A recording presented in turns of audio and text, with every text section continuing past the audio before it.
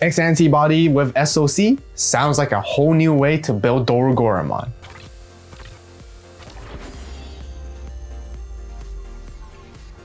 Digi-Egg cards, still going with the classic BT7 Dorugoramon as our main one, just because it gives you the draw power. When you mind link with it, you add source underneath. When you add source underneath, you get to draw, which is the whole main idea of it. Otherwise, there's also the newer Dorugoramon, which I play as a 5th egg because we do cycle through them very quickly. This one gains your memory back when another Digimon that has blocker is deleted, which is mainly to synergize with collision, which we'll talk more about later as well. Now let's talk about our level 3s with 4 copies of the brand new Dorugoramon. It does digivolve for 1 on top of a black or purple egg, which is really important why you want to use this alternative digivolution to go on top of a Dorugoramon, which is why it's our main egg. It gives you that starter main phase. You get to place a Kosuke from your hand underneath it, and until the end of your opponent's turn, this Digimon can't leave the battle area other than by deletion. This is your main key ways to help you directly mind link into your Kosuke, which is your memory tamer, and get access to it for free without paying any memory at all.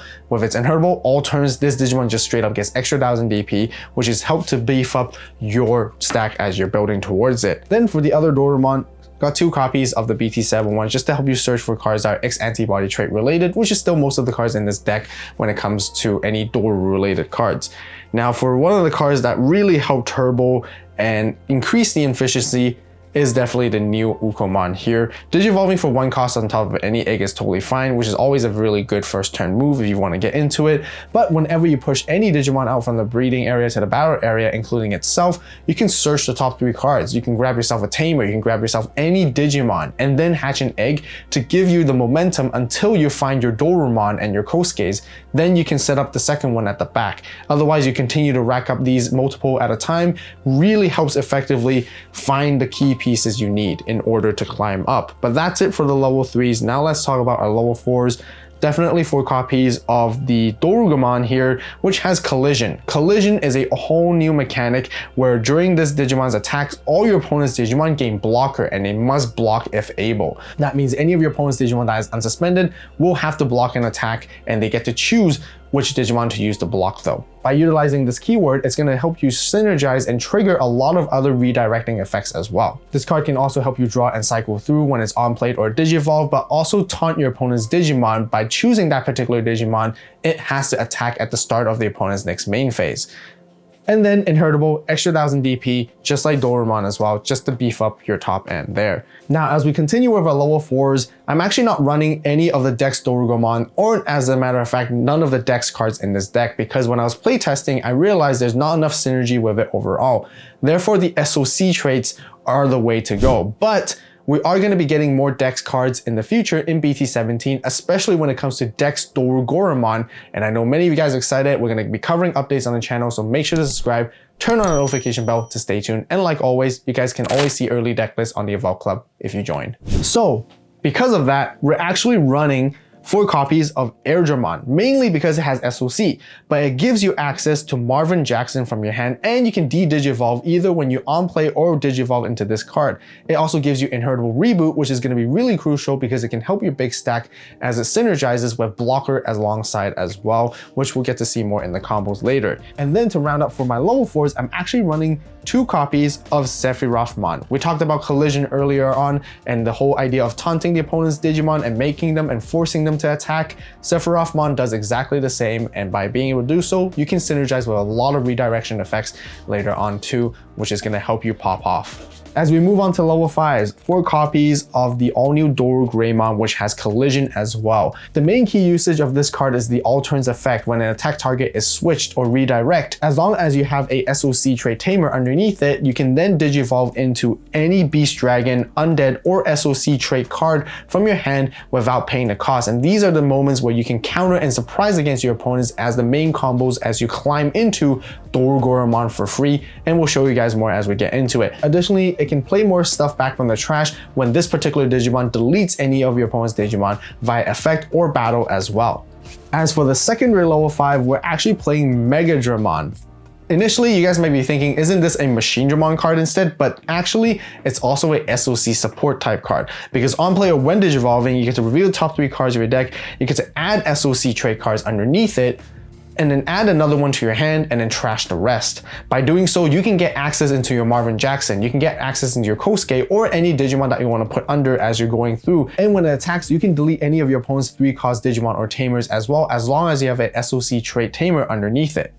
And with its inheritable, when attacking, you can de-digivolve one of your opponent's Digimon, which is really good for removing and getting rid of bigger stuff as you swing over them too. As we move on to our level 6s, our main boss Digimon is Dorugoramon with the SOC trait. It can digivolve for 3 costs on top of any level 5 that has SOC or Dorugoramon in its name. Just like Dorugamon and Dorugoramon, it also has collision. It has when digivolving, if a Tamer card with SOC traits is in its sources, you can pop one of your opponent's unsuspended Digimon or Tamers. And then all turns once per turn, when another Digimon is deleted, you can unsuspend this guy as well. Synergizing with your Kosuke later on, you're going to be able to pierce, do damage, swing over almost anything your opponent has by forcing them to collide against Dorugoramon as it beats over it. And yeah, this is the main level 6 that you always want to see get into from your Dorugray or your Megadramon essentially. And I also play one BT9 Dex Dorugoramon just because it has a little bit of synergy, but it's also just to provide an extra layer of removal when you want to get into it, which sometimes can come in handy. And with its undulation effects, you can always float something back. That's level 3 as well from your trash.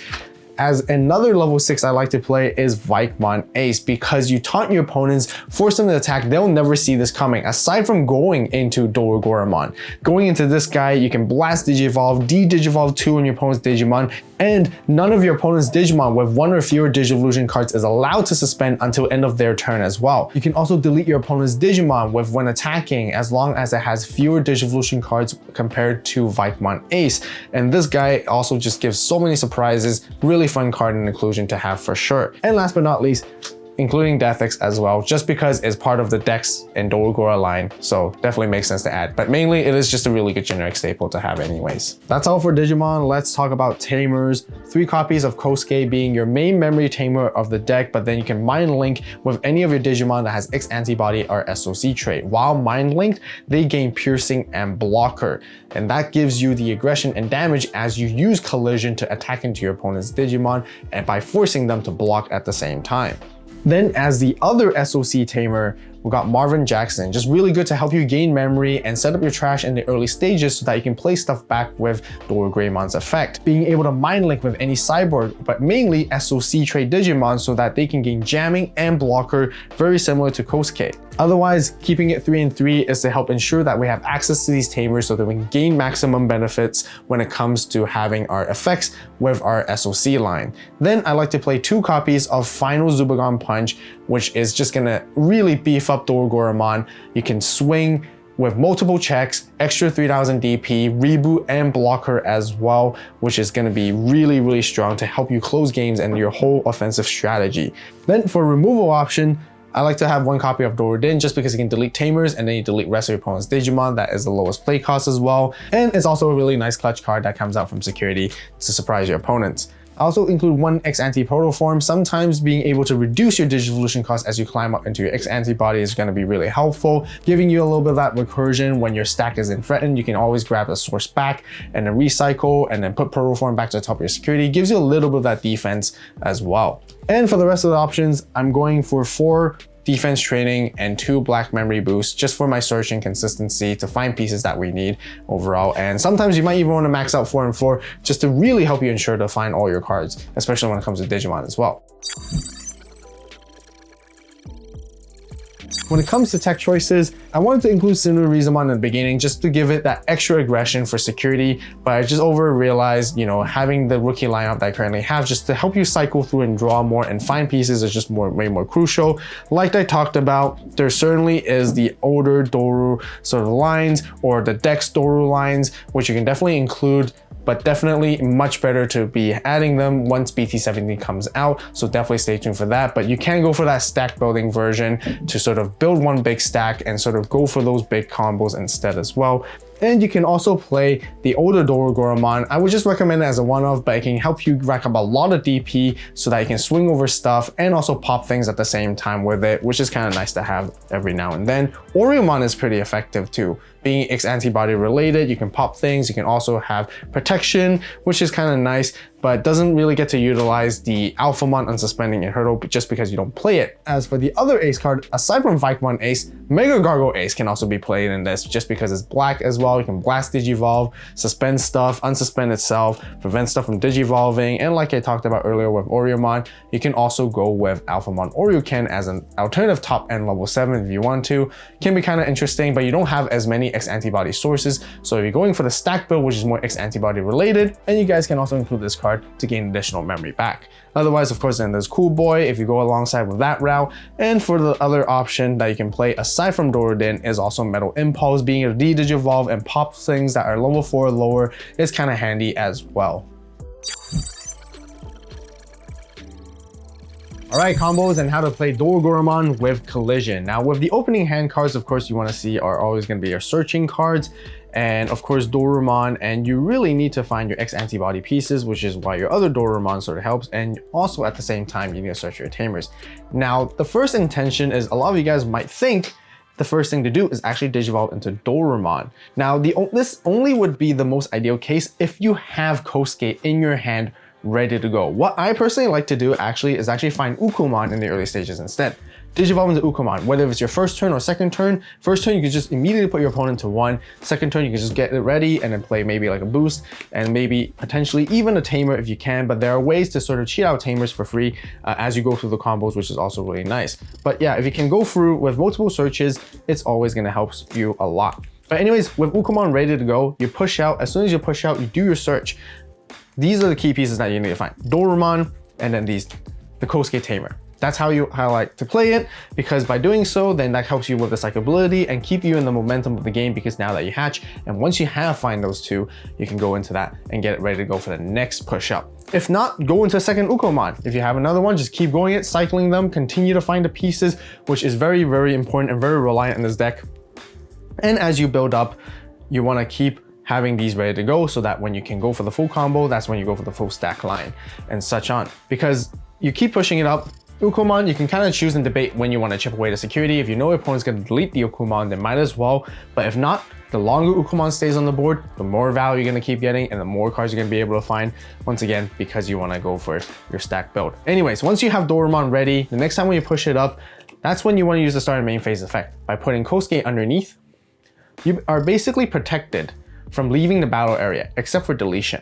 Now, once you racked up all these as well, you would ideally go into a Dorugoramon. Dorugoramon, you can trash, draw, do its stuff, and then with its when Digivolving effect, you get to choose one of your opponent's Digimon. At the start of their main phase, this Digimon must attack. And by doing so, you want to make sure you actually end the turn with a Dorugoramon. Now, when you sit with a Dorugoramon, because with its secondary effect of all turns, when an attack target is switched, you can basically go into Dorugoramon. So of course you want to ensure that you have it in your hand as well when you go into this full line of combo. Also, the other thing to keep in mind is whenever you mind link Kosuke underneath the Dorumon egg, you can always draw one, so you have a lot of draw and search power in this deck overall. Once your opponent's Digimon attacks you, this is when you have Kosuke, because you have blocker, you basically block with Dorugoramon. Now, once you block with Dorugoramon while they're taunted, it lets you Digivolve into Dorugoramon for free. Now, with Dorugoramon's when Digivolving effect, you can delete one of their unsuspended Digimon or Tamers because you have Kosuke underneath, which is SOC, and the moment they get deleted, you get to unsuspend. Also, when they get deleted by this Digimon, whether by the effect or by battle from Dorugoramon, you can play something back from trash. You can play a Tamer, you can play Marvin Jackson, you can play another Kosuke if you have one from the trash. Having multiple Kosukes is not bad at all, because you can mind link multiple with different stacks and sort of like go around with your different Digimon with it to ensure you have blocker. Otherwise, you can play something back like your other cards, Airdramon and such, and even your other level 4s that you had from earlier, such as Dorugoramon. And by doing so, that is your main deck's main combo and main source of interruption and removal against your opponent's cards. Now, when it goes back to your turn, this is when how you use collision. You swing with Dorugoramon, and you force your opponents to have Digimon blocker, they collide into it. Once they collide into it and get deleted, you get to unsuspend and do the whole same thing all over again. Let's just say when you reverse back to the other turn, if your opponent has a Digimon, you went to Dorugoramon, exact same thing. You can utilize collision. You can swing into your opponent's Digimon, forcing them to collision with it because they're gonna have to block that attack. Once they block that attack, you just go and straight into Dorugoramon as well. And when you take down their Digimon, you get to pierce, and once again, unsuspend and do the same thing. It's kind of almost like raid and keep attacking, and then you do damage over and over again with it, which is really, really nice. So that's one way to sort of climb up your stack. Now, I mentioned earlier, this is X antibody stack. There's a different way to sort of build and play your stack, which is with the other SOC cards, and that's the whole reason why Marvin Jackson is also part of this.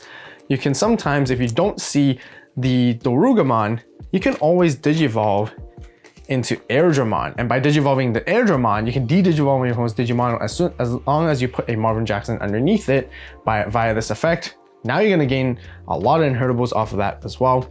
And then sometimes you can interchange and go into Megadramon, do the same thing, search your top cards of your deck. If you don't find access to Marvin Jackson, that's another way to find access to it.